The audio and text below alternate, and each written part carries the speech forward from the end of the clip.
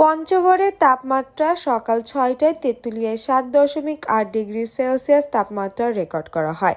৩ ঘন্টার ব্যবধানে আরও কমে যায় তাপমাত্রা, সেখানে তাপমাত্রা ৭.৩ ডিগ্রি ঘরে নেমে গেছে। শুক্রবার সকাল ৯টায় এই তাপমাত্রা রেকর্ড করেছে আবহাওয়া বিভাগ। তেঁতুলিয়ার প্রথম শ্রেণীর আবহাওয়া অফিসের ভারপ্রাপ্ত কর্মকর্তা জিতেন্দ্রনাথ রায় এই বিষয়টি নিশ্চিত করেছে। তিনি আরও বলেন, মৌসুমের সর্বনিম্ন তাপমাত্রা ৭.৩ ডিগ্রি ঘরে নেমে গেছে।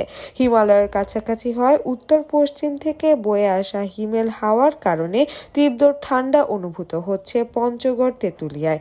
আজ শুক্রবার সকাল ৯টায় তেঁতুলিয়ার সারা দেশের মধ্যে মৌসুমের সর্বনিম্ন তাপমাত্রা ৭.৩ ডিগ্রি সেলসিয়াস রেকর্ড করা হয়েছে।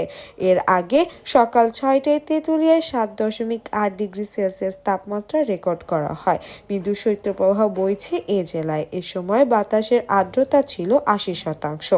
সামনের দিকে তাপমাত্রা আরও কমতে পারে।